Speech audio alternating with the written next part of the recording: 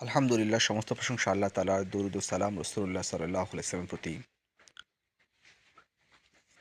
কিছুদিন আগে একটা নিউজ শুনলাম যে ডক্টর ইউনূস ক্ষমতায় থাকছেন না।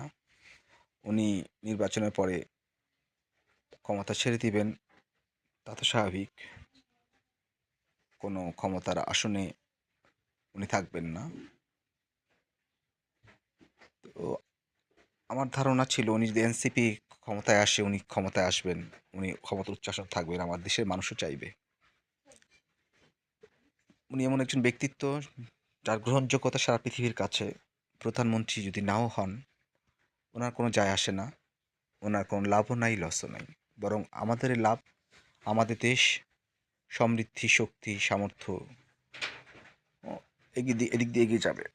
আমাদের দেশ উন্নত হবে। আমাদের দেশে সারা পৃথিবীর কাছে আমাদের দেশের গ্রহণযোগ্যতা বেড়ে যাবে।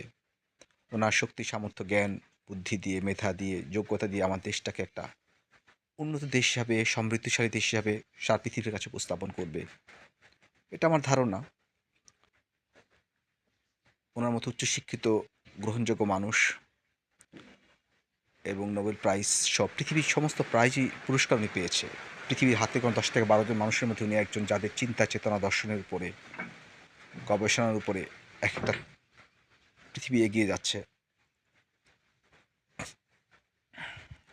তো সেই হিসাবে ওনাকে যদি আমরা ক্ষমতায় রেখে দেশের সেবা করতে পারি, দেশের সেবা উনি করতে পারে,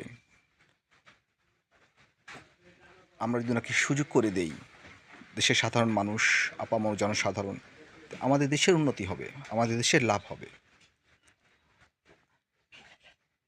এই জন্য ওনার কাছে আমার রিকোয়েস্ট, আমাদের সাধারণ মানুষ হিসাবে আমরা যেন ওনাকে ক্ষমতার দেখতে চাই, মানুষের সেবা করার সুযোগ ওনাকে যদি আমরা দেই ওনাকে, উনি যদি সেটা গ্রহণ করেন, তো এটা ভালো। উনি যেন না ছেড়ে যান, কোনো কষ্ট পেয়ে আল্লাহ পাক আমাদেরকে বুঝার তৌফিক দান করে আমরা যেন ওনাকে আবার সেবা করার সুযোগ দিতে পারি।